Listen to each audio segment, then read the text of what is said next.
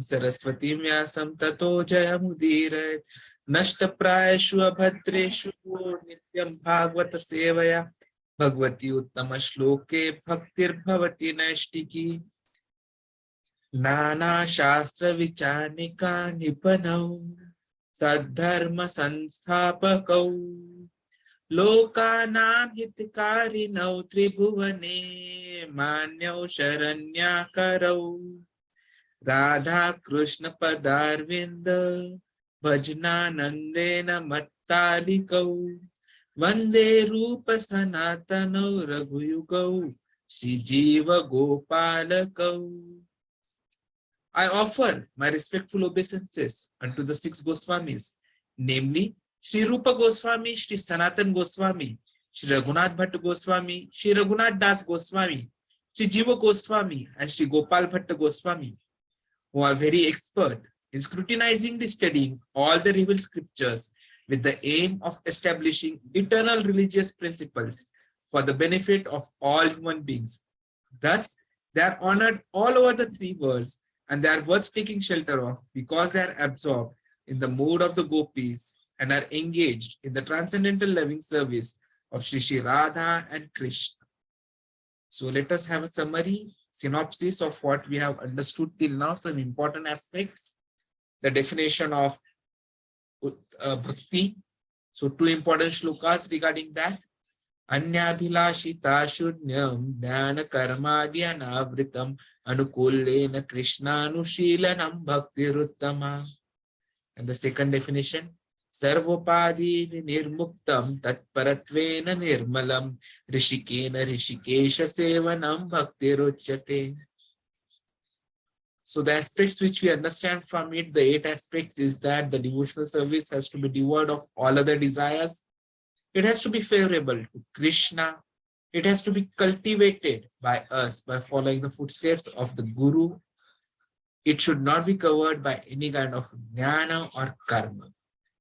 It has to be free from all material designations. We have to take Krishna as the highest object, tat paratvena. It has to be an actual service, sevanam, and it has to be nirmalam, that is faultless. 5 most important aspects: sadhu sangha, nama kirtan, bhagavata shravana, mathura vashri murtera shraddhaya sevana.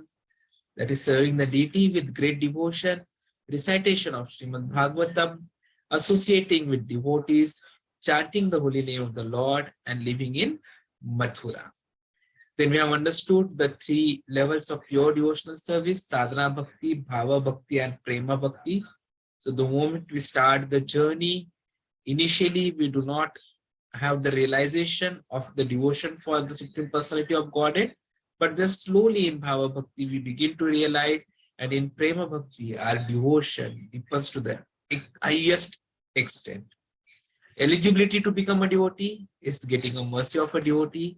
We should not be overly attached to anything, and at the same time we should not be detached also. In fact, that is something which we are going to be discussing further today. So how do we do it? So 64 items of sadhana bhakti, 20 items of importance, 10 pravritti marga, 10 nivritti marga, 44 additional items, of which we have 39 items of sadhana and 5 most effective items which we saw earlier.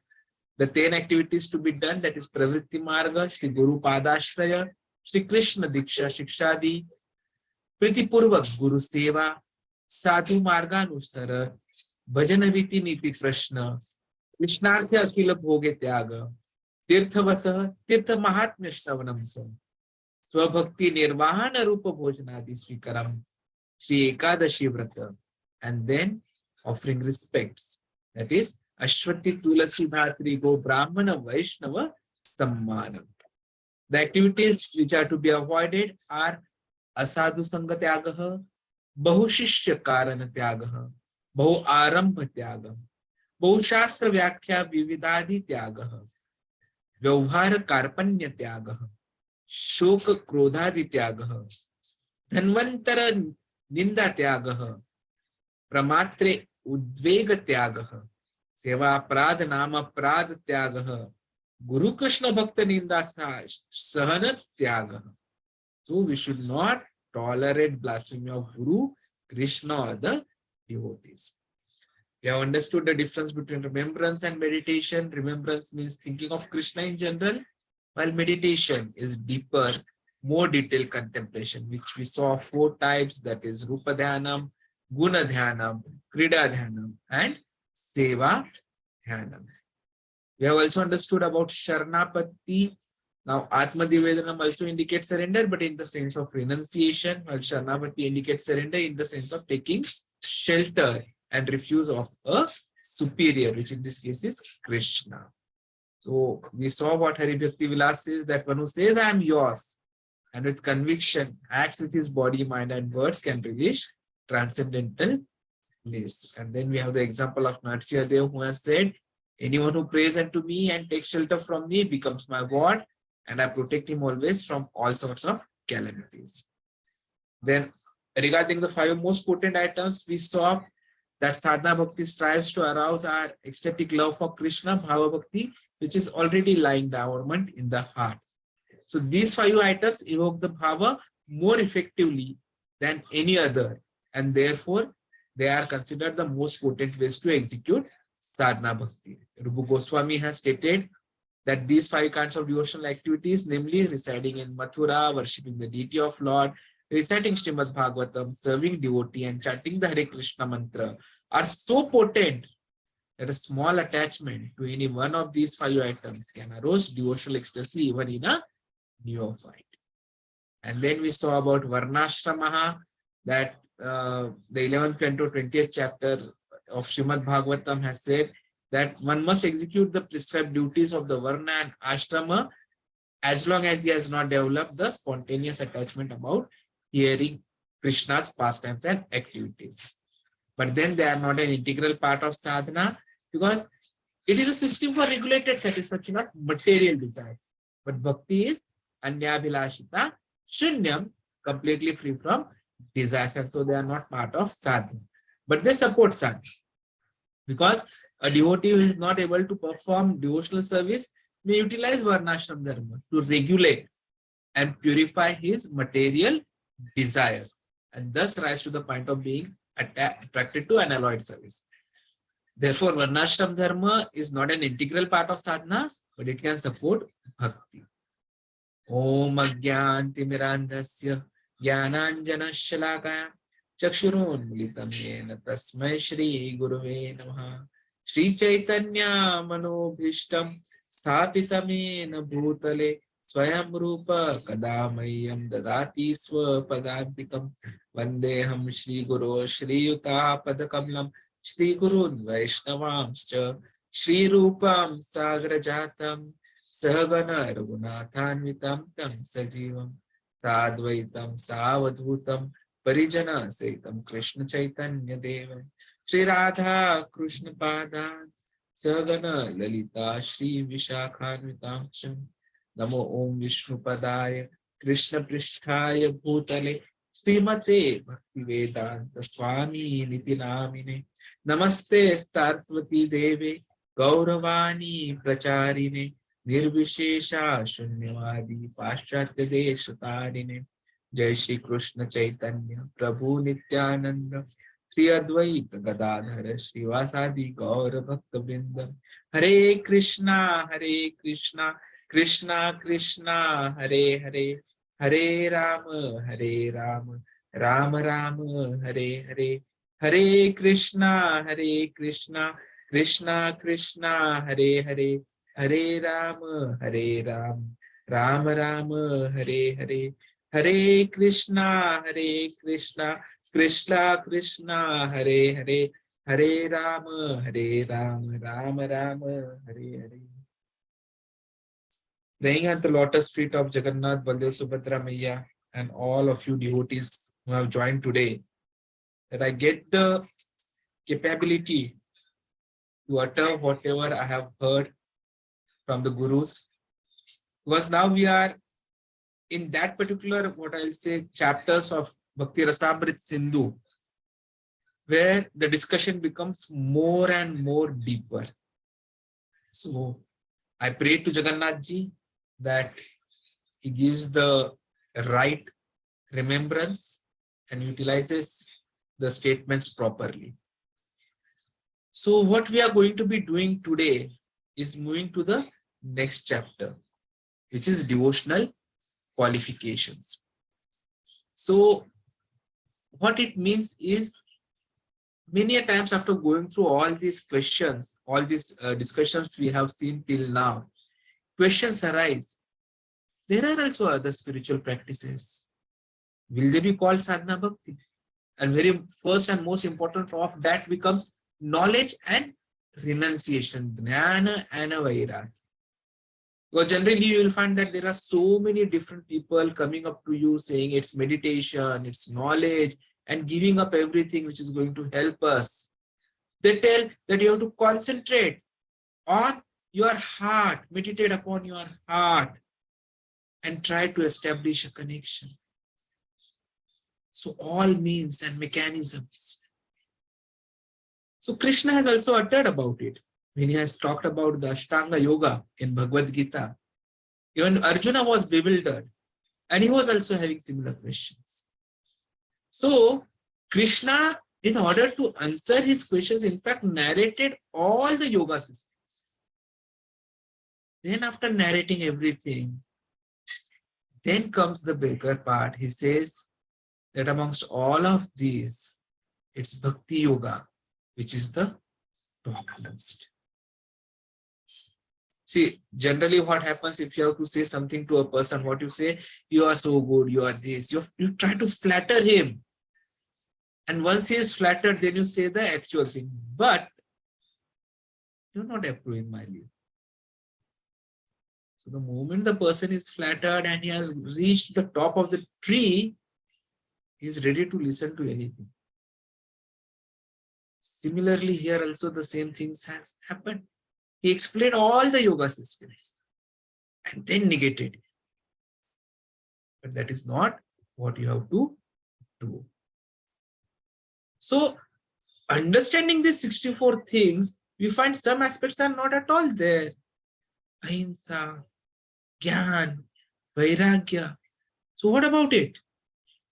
Now, these are the questions which get answered in this particular chapter by Srila Rupa Goswami Prabhupada. So let us see what he is talking about. So with respect to knowledge or Gyan, if you see the book which I have shared already in the Google Drive, on a weekly basis I am sharing the chapters. It starts with this particular sentence that actually the cultivation of knowledge or renunciation which are favorable for achieving a footing in Krishna consciousness may be accepted in the beginning. But ultimately they may come to be rejected. Because devotional service is dependent on nothing other than sentiment of or desire for service. It requires nothing more than sincerity. So what Rupa Goswami ji is saying, that yes, initially you may accept it. Because when we are neophytes, when we are new, you don't know what Krishna is, what consciousness is, what is to be done.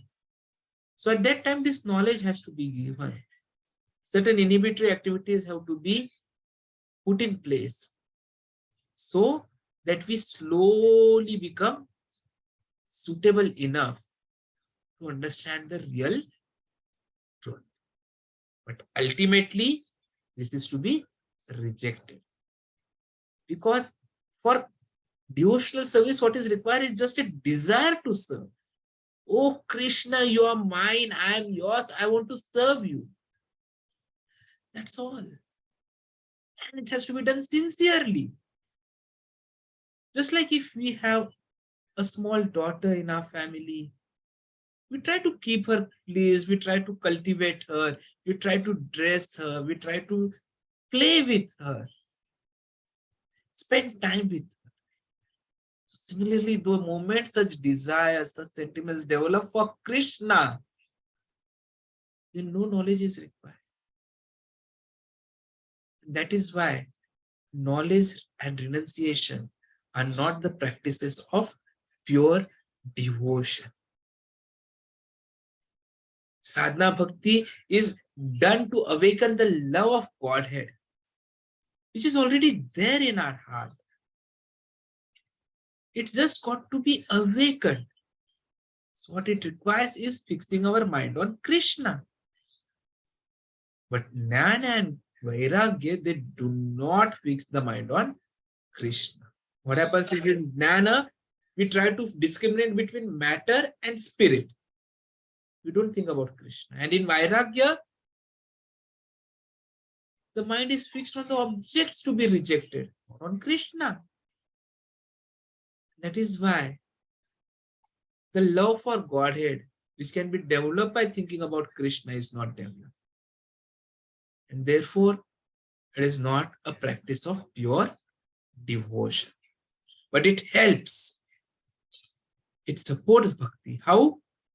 Because initially it helps us to withdraw our mind from sense gratification. Otherwise, we are completely entangled in sense gratification. We have our spouse, we have our parents, we have our relatives, we have our desires. But the moment we get this knowledge, the moment we are asked to have vairagya, we withdraw from these activities. And so sense gratification is not able to disturb us. So it helps bhakti, but it's not an integral part of bhakti. But we have to be careful. As is seen here in the red, it can also harm bhakti. Why? Because in bhakti we please the Lord by our love for him.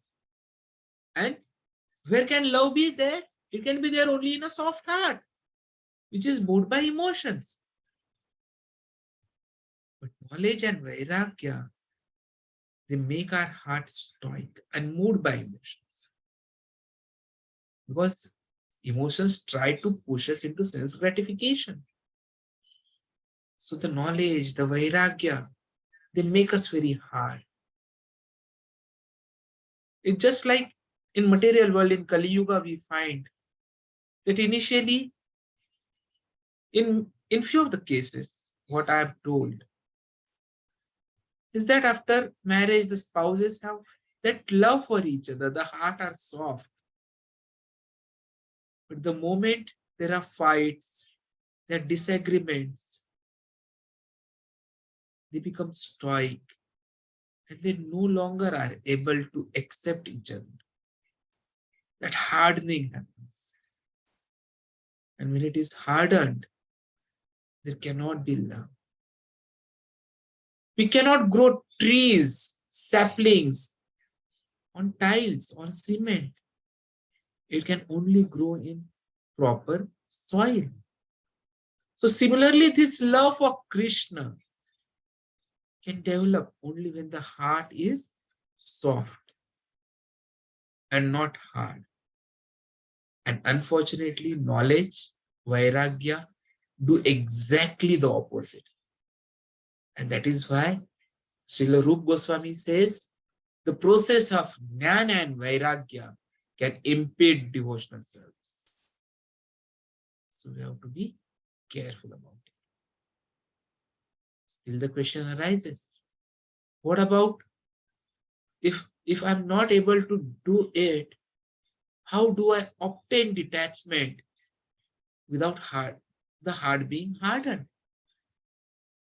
Because if I don't have detachment, how will I get attachment to Krishna? And if I have to get a detachment, I need knowledge, renunciation. So how do I do it? It's a paradox. Because without being freed from material desires, we cannot execute pure devotional service. So there has to be some solution. So what is that solution? Whereby we are able to cultivate detachment without Jnana Yoga. And that is Yukta Vairagya. See, if we see chapter 5, there it is clearly proven that bhakti is independent and self-sufficient. So the moment we say bhakti is independent, self-sufficient, Do we require Jnana and Vairagya to do it? No. Because detachment automatically follows devotion. And if the heart is full of desires to serve Krishna, then there can be no room for material desires.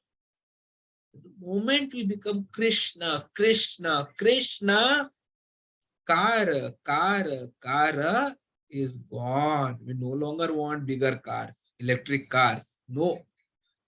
Car is replaced by Krishna, then there is no place for any car in our life. Only that change is required. So it is with something, and that is why it is called as Yukta Vairagya. The shloka given in this particular sense is Anasaktasya Vishayan Yatha Arham Upayunjatah Nirbandha Krishna Sambandhe Yuktam Vairagyam Uchyate. Without personal attachment to sense objects, one should accept whatever can be used to please Krishna and reject anything else. So simple. So anything which is pleasing to Krishna, take it up. So Krishna is happy to see us coming there twice a day in the temple. We go there, we take it up. So we just save the time we may have used to maybe go to a walk in a park or sit with friends and colleagues and do all kinds of kaka charcha. That time we utilize to go to temple because Krishna is pleased. So just replace the activities. Krishna likes to have good prasadam. So we cook beautiful, favorite, tastyful, palatable dishes for Krishna. Give it to Krishna.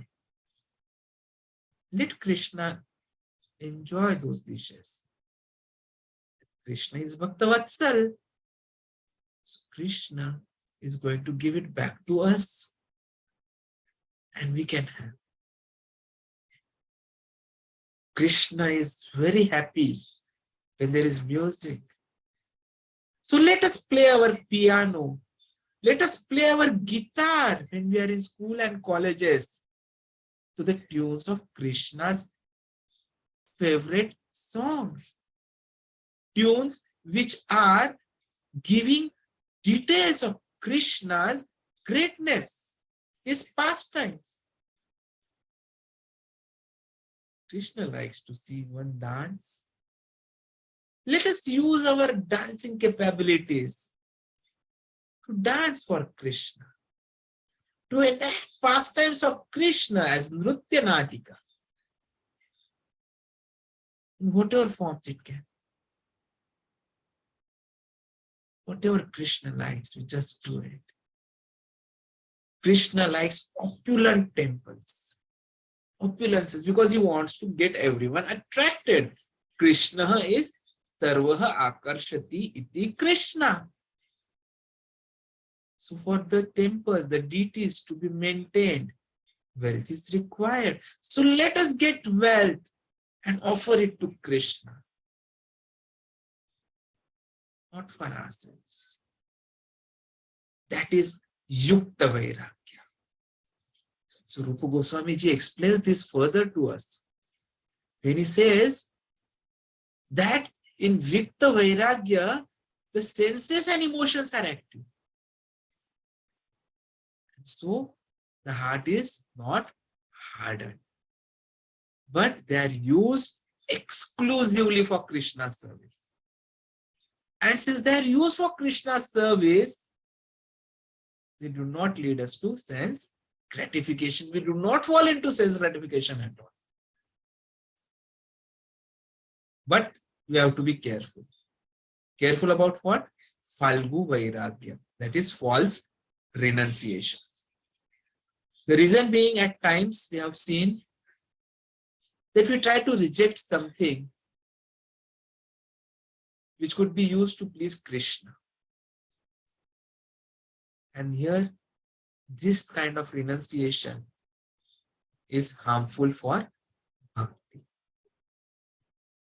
Because we have to reject anything and everything which Krishna does not like. But because we do not like to dance, we say Krishna does not like to dance, so I will not participate in dance. No. I have given up dancing. Many times I get patients who have diabetes. So they are not supposed to be eating sugar, sweets. So what they say, I have given up sweets to please Krishna. It is Falgu Vairagya. No. That has to be carefully avoided. Because Yukta Vairagya, the first definition is without personal attachment, anasaktasya. So you must be careful not to accept things that we desire in the name of that Krishna's pleasure. Like at times we come across people who say, oh, I love so much pizzas. No? I'm preparing pizza for Krishna. Pizza is best or most favorite of my Laddu Gopal. Because many of the devotees have got Laddu Gopal in their family. But it is their own personal desire, then that is not Yukta Vairagya. So how do we save ourselves from this situation? We get saved with the help of our Guru Maharaj, the spiritual master. We should accept his instruction and what is to be done, what is to be avoided, because Guru, Krishna, nahi separate. They are not separate. They are one and the same. Guru is representative of Krishna. So we have to be very, very careful. We should surrender unto Guru and ask him, please guide me. What should I do throughout the day? What should I do with my life? How do I please you? How do I please Krishna? That has to be our attitude. We have to accept his instructions. When you're doing deity worship in temples, you will find that there is a roster which is prepared of what is to be given to the deities in the morning, in the afternoon, in the late early evening, and in the night. All bhogas for whole week fixed. And also what is to be done in festivals. Like few of the devotees have just been reading the Jagannath book in the evening at 6 onwards. So there they are understanding what the Jagannath ji want, what is his favorite food, which day he wants to eat what. Everything is there in Shastras. We just have to approach the Guru and take his suggestions and guidance. Prabhuji, a question can come. You just said that Krishna wants opulence, so there has to be wealth. So I'll get wealth and give it to Krishna. So I have done my bhakti. No. That's immediately the next topic which comes up in this particular chapter, which is what happens when we try to execute service through wealth and followers. It is not our service. It is not considered as sadhana bhakti. We have to be careful, otherwise we become complacent and we don't get into advanced bhakti. So if you see the chapter, it clearly says it is not one's own practice of devotional service. That is why even I have highlighted it in bold, in capital letters here. So when we say that we are giving donations, we are getting so many devotees attached to the temple, we have got so many disciples now. So I have done something. I must be getting more advanced. No. It's clear, bold, underlined, capital, no. That is not our own practice of devotional service. Rupa Goswami ji explains this. Like when we say that we are having followers. Now here the example that is given is that a guru teaches a disciple how to do the deity worship and even the other kinds of worships. So when he's doing this training, when he's giving this training, it is his bhakti. But later on, whatever these trainees do, whatever these disciples do, that is not his service. It's not like a multi-level marketing, MLM, that we see in Kali Yuga nowadays, wherein they say that you do something and you will have royalty forever, generation after generation. No. Bhakti is not that. You have clearly seen in the definition. It has to be cultivated and it has to be actual service. Paratvenam. So the further devotion or devotional services which subsequently are performed are not that of the Guru or anyone.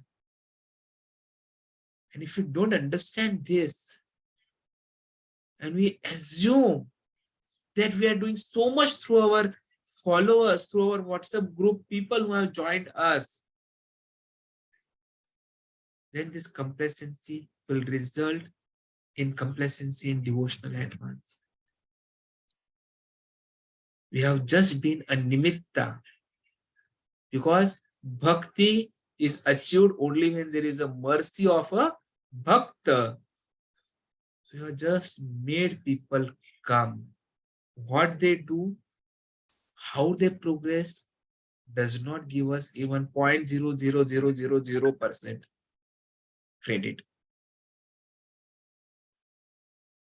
We have to do our bhakti ourselves. At times, especially in India, there are discussions that, okay, whatever a Prabhuji does, 50% of it goes to the Mataji, that is the wife, and vice versa.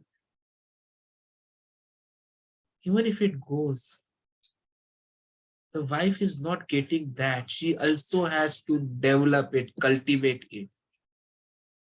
Because unless that is cultivated, she will not get the pure Krishna love. Krishna prem. It's not so easy that just because your Prabhuji is doing, you will get it. Just because your parents have done, you will get it. Just because your descendants are doing, the 7 generations will get it. No. They will get the benefit of getting a better birth in future, from where they have to redo those activities. Second question comes about wealth. Many wealthy persons give donations to fund temples or some Krishna conscious projects. So that act of giving donation is devotional service. But whatever subsequently the service is carried out, it is sadhana of those devotees and not of that particular donor. So it's not that, okay, I have given donation for building the temple, so I am done. I'll definitely go to Vaikuntha. You become eligible to go to Vaikuntha. You don't go directly to Vaikuntha. For going directly to Vaikuntha, you still have to do the devotional service. Only thing is, instead of going by ladder, your donation has given you a lift.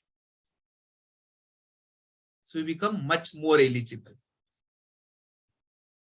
So we have to be careful. The service which is subsequently carried out in that projects or that temple is not the benefit to the donor. It is sadhana of those devotees who are actually executing it. If you don't understand it, you may become complacent. So we have to be careful.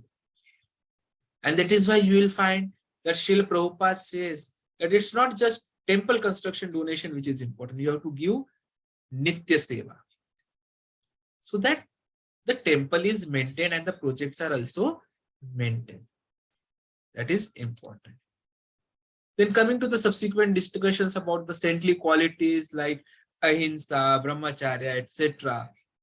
So Srila Rupa Goswami ji has clearly mentioned they are not practices of devotional service. They may put us in advantageous position because we appreciate Lord, but they do not help us to remember Krishna. And so they are not practice of sadhana bhakti. And most importantly, the saintly qualities develop automatically in Krishna, the devotees. See, saintly qualities will not give us love for Krishna, but love for Krishna will give us the saintly qualities. The example given in the book is of vegetarians. No, vegetarians need not be devotees, but all devotees are vegetarians. And we have a very good story of the hunter who, once guided by Narada, became so much devoted that he did not even want to kill an ant. And that is why Parvata Muni, he was astonished. Dear hunter, your unwillingness to kill an ant is astonishing. Thus, a person who develops devotional attitude, all the good qualities and it automatically get manifested. A devotee is never a cause of distress to anyone. So Rupa Goswami ji has confirmed that purification of consciousness, purification of bodily activities, austerities, peace of mind, all become automatically manifest in the person who is engaged in devotional service. And then the last topic of this chapter, the Navvidha Bhakti. So basically the 64 items which we are seeing are expansions of all these things, 9 items. And Rupa Goswami ji has confirmed hearing. That hearing, chanting, remembering, serving, worshipping deity, praying, carrying out orders, serving Krishna as friend, giving up everything for him. We can achieve ecstatic love by executing all 9 practices or by just one. Because each one of that is so powerful that even following one, you can get the desired perfection. Like if you are just attached to Shravanam, hearing about Lord, or maybe just attached to chanting of glories, both will give us the desired. In Chaitanya Charitamrita, this has been explained very clearly. One may execute it 1, 2, 3, or all 9 processes. The ultimate goal will be achieved. There are evidences. There are so many evidences.